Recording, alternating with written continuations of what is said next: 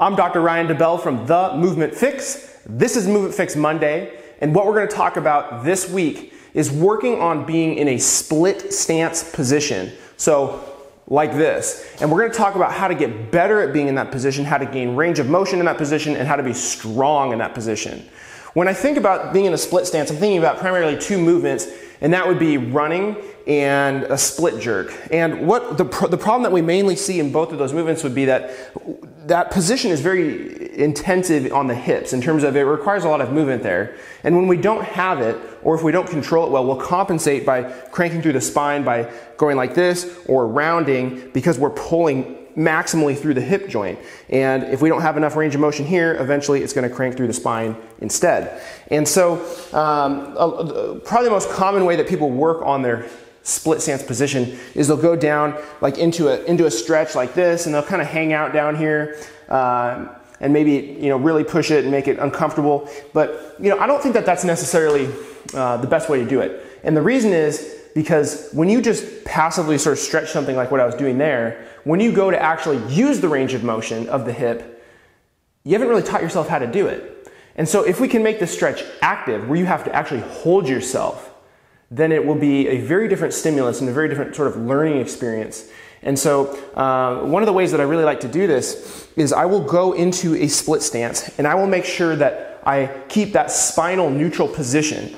Meaning I'm not going to be here, I'm not going to round forward, but if I want to be stacked like this in a jerk, then I want to be stacked like this when I'm actually doing the stretch or the hold that we're going to do here. And so what I'm going to do is go as far as I can into the depth of this position, keeping my spine neutral, and I'm going to hold it here, and I'm going to think about pushing my feet into the ground like this so I'm supporting myself. And what I'm doing here is I'm putting my hips into a challenging position, and then I'm creating muscle tension around the joints so my brain understands what it means to hold this and be supported. So for the beginners, if you've never done anything like this, you may only want to hold this for 5 or 10 seconds and then come out of it. If you feel like your hip is going to rip off and you have to limp around, you probably held it for too long or you held it too aggressively. I don't want you to feel like that when you do this. So you want to be able to come out of it and feel good, like you could go do something. And so the way we want to progress this is eventually, get down as low as you possibly can and start trying to work on holding it down here, trying to keep your spine as in that, again, neutral stacked position. And you could work on holding this for 10 seconds, 20 seconds, maybe up to 30 seconds, and do a couple rounds of that. And if you're going to do this before a workout, like before running or before split jerking, I would maybe just do 10-second holds and not really fatigue it out. So more of a preparation. But if I'm working on this stuff as more of like my movement prep session or a movement type day, then I may do 5 holds at 30 seconds. But that's something you got to work up towards.